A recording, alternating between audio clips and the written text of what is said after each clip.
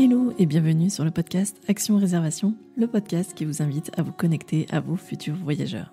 Aujourd'hui, je vous retrouve pour un épisode solo où je vais vous partager un bilan après 3 mois d'absence de création de contenu pour la première fois sur le podcast et aussi une absence prolongée sur les réseaux sociaux. Je voudrais vous partager les leçons que j'en ai tirées et également ce qui va me permettre d'améliorer ma productivité pour la suite.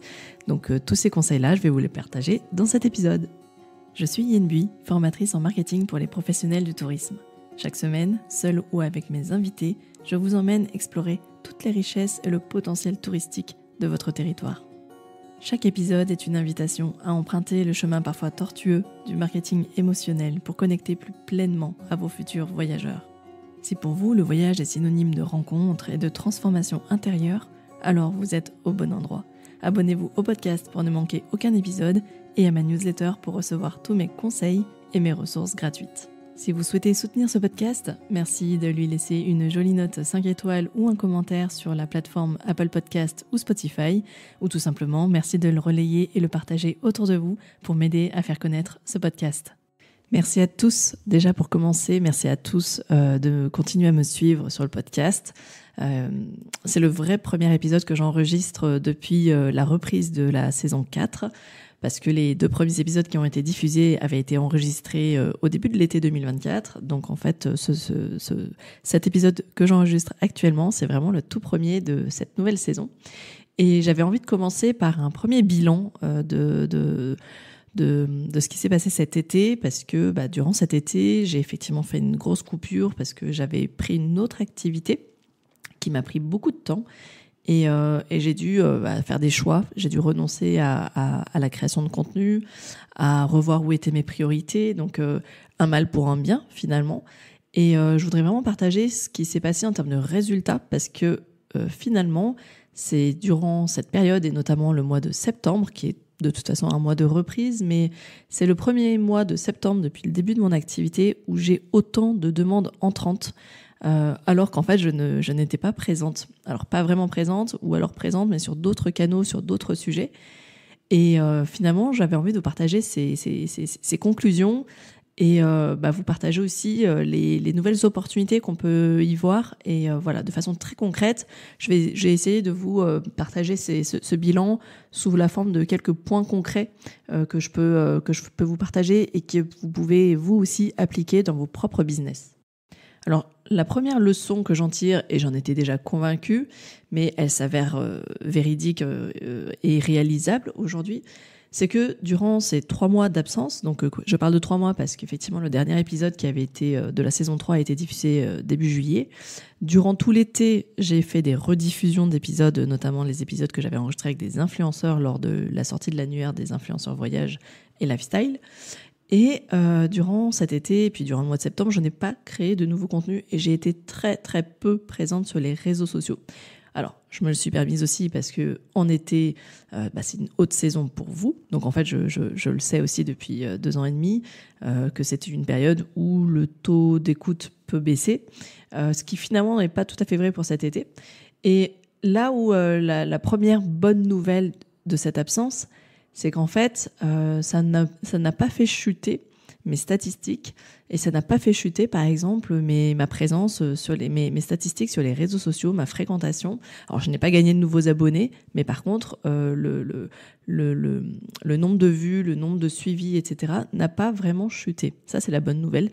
Et j'arrive encore aujourd'hui à capter une nouvelle audience avec des non-abonnés. Je pense notamment, par exemple, sur Instagram, mais aussi sur LinkedIn, où mon nombre d'abonnés continue de croître depuis le mois de juin-juillet, bien que je n'ai pas créé de nouveaux contenus.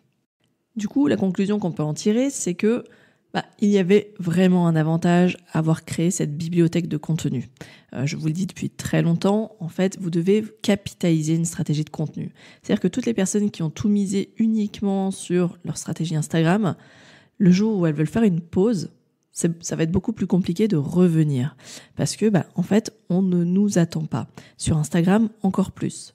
Alors que, comme je l'ai toujours dit, je crois fermement au contenu organique de type site internet, de type blog, tout ce qui vous appartient, où vous n'êtes pas les locataires d'une plateforme comme sur Airbnb ou comme sur Instagram ou sur LinkedIn.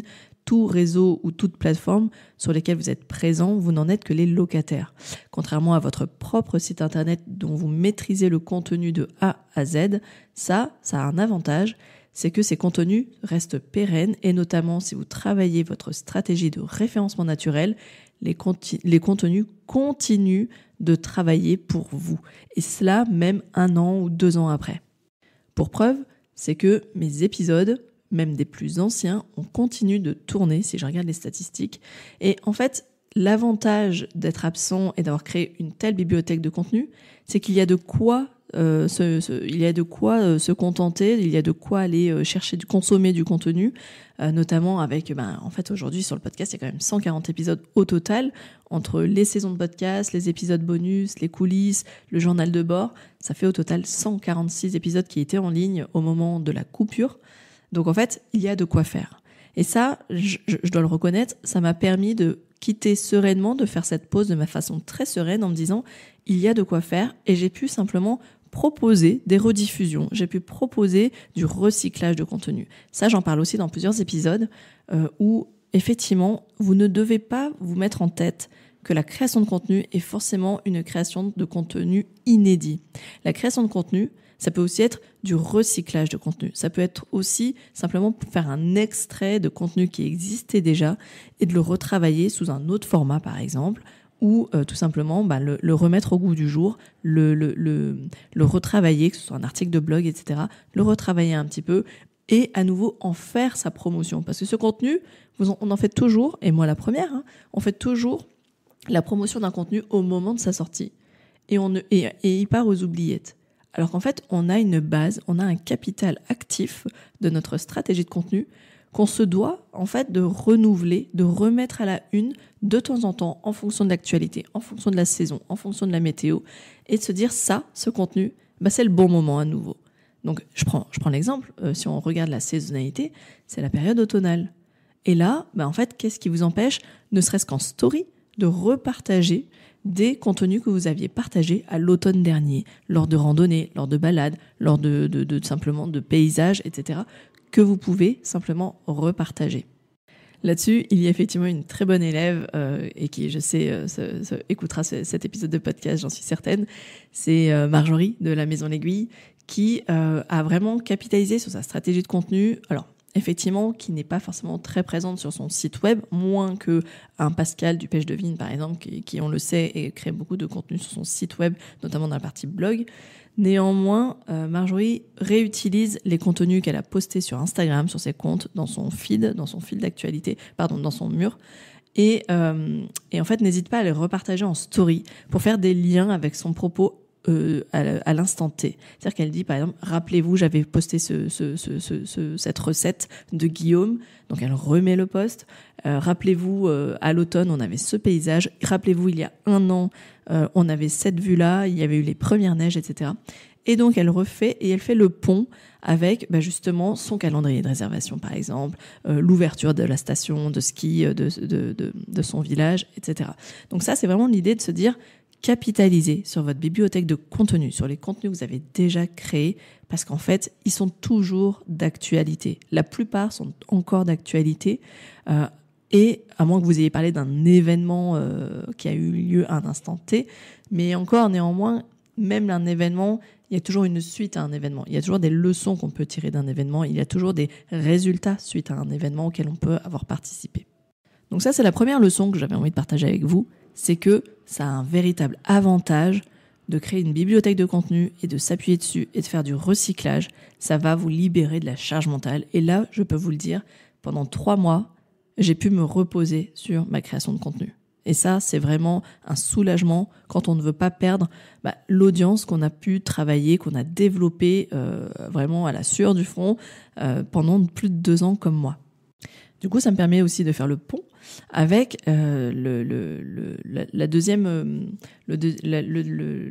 leçon, le deuxième finalement point que j'ai envie de mettre en lumière, c'est que le temps long, et j'en ai beaucoup parlé, en stratégie de contenu, il faut vraiment avoir cette notion de temps long, c'est que tout prend du temps. Quand on crée un article de blog, ça prend du temps à être référencé. Quand on veut développer sa communauté, ça prend du temps. Donc il y a vraiment cette notion de temps long qu'il faut avoir. Mais par contre, la bonne nouvelle, c'est que ce temps long a beaucoup d'effets sur l'audience qu'on appelle l'audience silencieuse. C'est-à-dire qu'on a tous une audience qui nous suit, qui ne prend pas la parole, qui ne like pas, qui ne commente pas, mais qui pour autant est quand même au rendez-vous et continue de nous lire, nous suivre. Et en fait, ce qui se passe, c'est que cette audience silencieuse, elle attend le bon moment. C'est-à-dire que elle nous suit et tous nos contenus ont de l'effet. Au fur et à mesure, ça a quand même un effet. Mais sauf que le passage à l'action est beaucoup plus long pour ces personnes-là. Et en fait, d'être présent dans la durée de façon régulière crée un effet de confiance auprès de cette audience silencieuse. Pour vous donner un exemple très concret, depuis le mois de septembre, j'obtiens des demandes de coaching de personnes avec qui je n'ai jamais interagi auparavant. Comment ça se fait ? C'est tout simplement que durant l'été, ces personnes-là ont dû certainement écouter mon podcast. On peut également peut-être s'abonner à la newsletter et accéder à l'intégralité, parce que pour rappel, quand on s'abonne à ma newsletter, on a accès à l'intégralité des newsletters précédentes. Et voilà, tout simplement, en fait, elles me suivent depuis longtemps et puis il s'est passé que c'était le bon moment pour elles à ce moment-là. Et toute cette création de contenu, toute cette durée qu'il y a eu, tout ce temps long qu'il y a eu, a permis aujourd'hui de finalement donner l'impulsion à cette audience silencieuse de passer à l'action.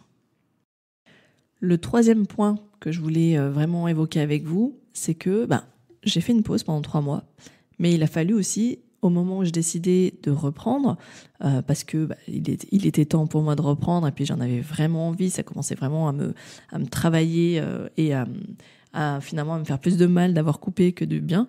Donc en fait, il était temps pour moi de préparer la reprise. Et dans cette préparation de reprise, c'est ce que j'ai envie aussi de partager avec vous suite à la fin de votre saison, votre période d'activité saisonnière. Là, la plupart d'entre vous vont faire une pause, certains partent en vacances. Et donc, il va falloir aussi penser à préparer votre reprise. Pas forcément préparer la nouvelle saison, mais préparer la reprise d'activité. C'est-à-dire préparer votre nouvelle prise de parole, votre nouvelle stratégie de contenu, votre stratégie de partenariat, toute votre stratégie de communication, il va falloir la préparer. Et la préparer, ça veut dire, en fait, finalement, savoir renoncer. On dit souvent en marketing que, finalement, la meilleure stratégie, le meilleur contenu qu'on peut délivrer, le meilleur message qu'on peut adresser à son audience, c'est quand il n'y a plus rien à enlever. C'est-à-dire que tout est là, il n'y a plus de superflu, l'essentiel est là. Et en fait, il faut savoir renoncer à toujours en vouloir en dire trop, à vouloir en faire trop. Il faut simplement revenir à quelque chose qui soit simple, où il n'y a vraiment plus rien à retirer de ce qu'on a à dire et que le message peut être pris tel quel. Et du coup, si je fais le parallèle avec ma propre activité, ma propre stratégie de contenu, j'ai renoncé à maintenir un rythme quand même élevé de publication de contenu, publication d'épisodes, où pendant 2 ans et demi, j'ai été sur un rythme d'un épisode par semaine. Aujourd'hui, je reviens à un épisode toutes les 2 semaines. Et en fait, chaque semaine, il se passe un nouveau contenu, c'est-à-dire ça sera une semaine une newsletter, une semaine un podcast. Et ça, je vais essayer de le tenir. Et ça va me permettre en fait de finalement ne pas me cramer comme j'ai pu me cramer ces derniers mois. Et donc rester sur un rythme qui me correspond plus, qui est un rythme du coup un peu plus slow et vers lequel j'avais envie de tendre. Et les mois passant, en fait, j'ai fait que de m'en rajouter. Et c'est pour ça que vraiment une des leçons que j'ai envie de vous partager, c'est que plutôt que d'essayer toujours d'en rajouter, regardons plutôt les choses auxquelles on doit renoncer. Parce que ces choses auxquelles on renonce n'ont pas forcément généré plus de valeur, n'ont pas forcément généré plus de valeur ajoutée, plus de chiffre d'affaires, plus de réservations. Et en fait, finalement, c'est s'en rajouter plus pour peu de résultats. Donc en fait, ça vient aussi avec la notion que je vais vous partager juste après, qui est la notion de productivité et d'efficacité. Mais avant de revenir sur ce point, je voudrais conclure sur cette leçon qui est de savoir renoncer. Savoir renoncer, c'est se faire le point en se disant, est-ce que j'aime encore ce que je fais ? Est-ce que la notion de plaisir est toujours présente dans ce que je fais ?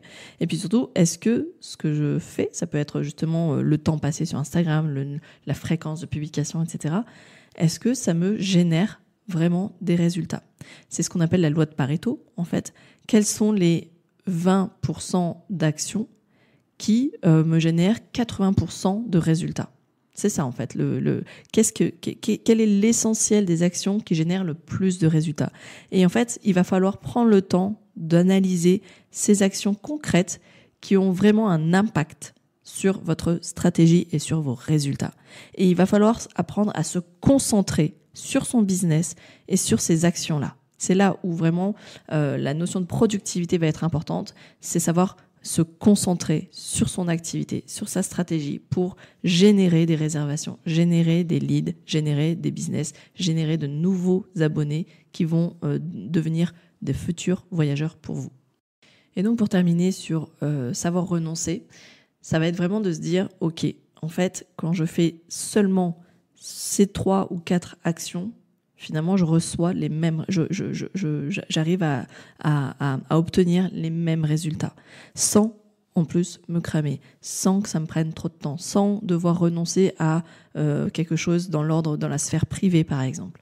Et ça, c'est vraiment important si on veut tenir dans la durée. Et donc pour enchaîner sur la notion de se concentrer sur son business pour améliorer et renforcer sa productivité, ce que j'ai choisi de faire, c'est effectivement réduire en fait mon temps de production.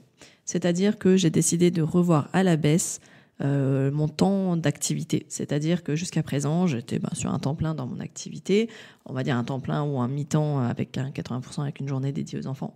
Et en fait, j'ai vraiment décidé de revoir mon activité pour ne la réduire qu'à 3 jours par semaine. 3 jours pleins, dédiés à mes journées de formation, dédiés à ma création de contenu, dédiés à mes coachings.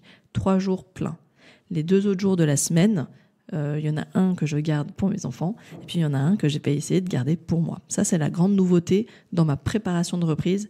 C'est qu'en fait, je me dois de garder cette journée pour moi pour à la fois réfléchir, parce que finalement, se garder du temps pour soi, et ça c'est vraiment quelque chose que j'ai du coup appris durant l'été, mais en fait c'est pas ne rien faire, c'est pas vrai, on ne fait pas rien. En fait, on se laisse de l'espace pour plus de créativité. Ça, c'est la bonne nouvelle, c'est qu'en fait, quand on a l'impression que finalement on prend du temps pour soi et que parfois on peut culpabiliser de ne pas travailler, c'est pas tout à fait vrai, parce qu'en réalité, on continue de travailler. Et le fait de prendre du temps pour soi, d'aller courir, d'aller marcher, de partir en vacances, peu importe, partir en week-end, en fait, ça nous remet de la créativité. Je ne sais pas si vous l'avez déjà remarqué, mais en fait, partir, prendre du temps, nous redonne de l'espace pour plus de créativité. Et du coup, en revenant, on est reboosté et on est prêt à repartir et de façon plus concentrée. Et ça, c'est vraiment quelque chose que vous devez garder en tête, c'est que pour rester concentré sur votre business, pour renforcer votre productivité, vous devez garder du temps pour vous. Vous devez faire des pauses. Et ça, non pas qu'une fois par an partir en vacances, mais de façon très régulière. Aménagez-vous du temps pour vous. Ça peut être 1 heure, 2 heures, 3 heures, 4 heures, peu importe dans la semaine, mais aménagez-vous du temps. Ça va vous permettre de renforcer votre productivité. Dit comme ça, on pourrait croire que c'est contre-productif, alors que c'est tout l'effet inverse. C'est que ça va vraiment renforcer et renouveler votre créativité. Ça m'amène en fait à la 4e leçon que j'ai apprise, c'est que qui dit moins de temps et moins de temps dit obligation d'être plus efficace. Moins de temps alloué à ma mission, à ma création de contenu, etc. dit que je dois être beaucoup plus efficace. Et notamment plus efficace dans la promotion des contenus. C'est vraiment important parce que quand on prend moins la parole, il faut que quand on la prenne, il y ait vraiment un impact. Et là, je m'en suis vraiment rendu compte, c'est que j'ai moins publié. Je prends l'exemple sur LinkedIn où je suis vraiment pas mal présente aussi, où j'ai essayé de rester présente malgré tout durant l'été et au mois de septembre. Et je crois que c'est justement ces prises de parole qui ont été moins importantes en termes de volume, en termes de fréquence, mais ont été plus importantes en termes d'impact, en termes de nombre de vues, en termes de réactions. Et ça, c'est vraiment une très bonne nouvelle. C'est qu'en fait, sans dire que j'ai fait exprès de créer un effet de rareté, c'est pas vraiment ce qui s'est passé pour moi, en tout cas c'était pas voulu, mais néanmoins j'ai fait attention que j'avais peu de temps pour prendre la parole et que je n'allais pas revenir dessus de façon régulière comme je le faisais avant. Donc en fait, quand je décidais de publier un contenu, il fallait vraiment que je fasse un vrai travail sur la promotion du contenu. Quand un épisode sort, je fais vraiment un travail de promotion sur l'épisode. J'essaie vraiment de travailler mon discours, j'essaie vraiment de mieux travailler mon descriptif d'épisode, etc. pour que chaque prise de parole ait à chaque fois un impact fort. Forcément, quand on publie du contenu de façon plus régulière, on est un peu moins regardant, et c'est un peu normal parce que on se dit il vaut mieux que ce soit fait que parfait, c'est ce que je vous dis toujours. Néanmoins, quand on décide d'être présent de façon moins régulière, ce qui est mon cas, on se doit du coup que chaque prise de parole soit plus impactante. Et plus impactante ne veut pas dire vraiment en dire beaucoup, en dire plus, etc. Mais ça veut dire mieux choisir ses mots, mieux choisir son moment, mieux choisir ses sujets. Et ça, c'est vraiment important. C'est plutôt que de vraiment balancer plein de sujets comme ça pour dire qu'on a créé du contenu, c'est vraiment mieux choisir ses sujets. Et ça, dans ma préparation de reprise, j'ai vraiment refait un point sur ma stratégie de contenu. J'essaie de revoir quels étaient les besoins profonds de mon audience, donc à savoir vous, en tant qu'hébergeur, mais en tant qu'aussi office de tourisme, en tant que destination, etc. Et j'ai vraiment voulu revoir où j'avais vraiment de la valeur à vous apporter. Et ça, c'est vraiment important pour avoir plus d'impact. C'est qu'en fait, il faut vraiment parler à son audience. Pour terminer, je pense que j'en ferai un épisode dédié. C'est justement quand je vous dis qu'il faut parler à votre audience, ça veut dire parler à vos futurs voyageurs. Je vois de plus en plus beaucoup trop de contenu tourné sur uniquement finalement le rapport entre hébergeurs, la communauté d'hébergeurs, etc. Attention, restez focus sur votre business. Vous ne devez pas créer du contenu pour vous différencier de vos pairs. En fait, le travail ne se trouve pas là. Là, le curseur, il n'est pas au bon endroit. Votre mission n'est pas de montrer et de vraiment batailler avec les autres hébergeurs, vos concurrents, vos confrères. Elle ne se trouve pas là, la bataille. La bataille, elle se trouve face à votre audience, à vos futurs voyageurs. Vous devez rester concentré sur vos futurs voyageurs et non pas sur voilà comment je fais mieux que les autres, comment je me différencie mieux que les autres, etc. Il y a vraiment une différence d'intention entre oui, je vais affirmer ma singularité, oui, je vais affirmer mes valeurs, mais c'est pas pour briller par rapport à ma concurrence, c'est pas pour dire voilà en quoi je suis différent, c'est plutôt voilà en quoi je vous apporte exactement ce que vous voulez, vous, futurs voyageurs. Il y a une véritable différence d'intention là-dedans. Et ça, je vais en faire un épisode dédié parce que je le vois de plus souvent.